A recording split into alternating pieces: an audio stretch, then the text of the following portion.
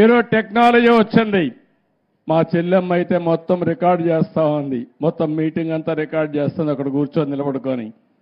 ఇలాంటి వాళ్ళు ఫోటో కావాలంటే సెల్ఫీలు తీసుకుంటున్నారు. అదే మరిగా అనేక విధాలుగా బెనిఫిట్స్ వచ్చాయి. టెక్నాలజీ ఏ లెవెల్కి వెళ్ళిందంటే మీ ఊర్లో ఎక్కడన్నా దోమ ఉంది అంటే ఆ దోమను చూసి ఆ దోమ పైనే మందు కొట్టి చంపే పరిస్థితికి వస్తూ ఉంది, నివారించే పరిస్థితికి వస్తూ ఉంది.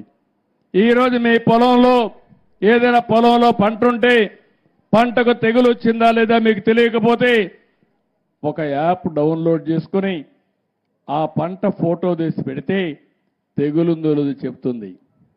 తెగులుందని చెప్తే పొలమంతా మందు కొట్టకుండా ఎక్కడ తెగులుందో అక్కడనే డ్రోన్ పంపిస్తే అక్కడనే మందు కొట్టి దాన్ని కంట్రోల్ చేసే పరిస్థితి వస్తుంది.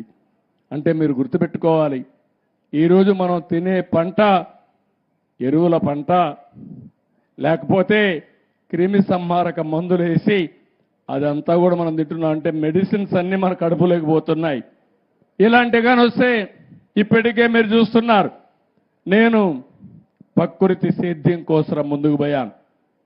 12 లక్షల ఎకరాల్లో ఈరోజు ప్రకృతి సేద్యం జరుగుతూ ఉంది. ఈ 5 ఏళ్లలో 20 లక్షల మంది రైతులు 50 లక్షల ఎకరాల్లో ప్రకృతి సేద్యానికి శ్రీకారం చుట్టబోతున్నారు.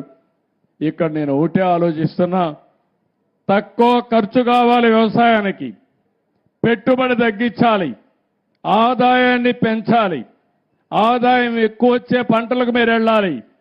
ఇలాంటి వినూత్నమైన ఆలోచనలు ఈ గ్రామ సభలో చేస్తే మీ ఆదాయం పెరుగుతుంది, తద్వారా మీ జీవితాలు బాగుంటాయని చెప్పి కూడా నేను మీకు తెలియజేస్తున్నా.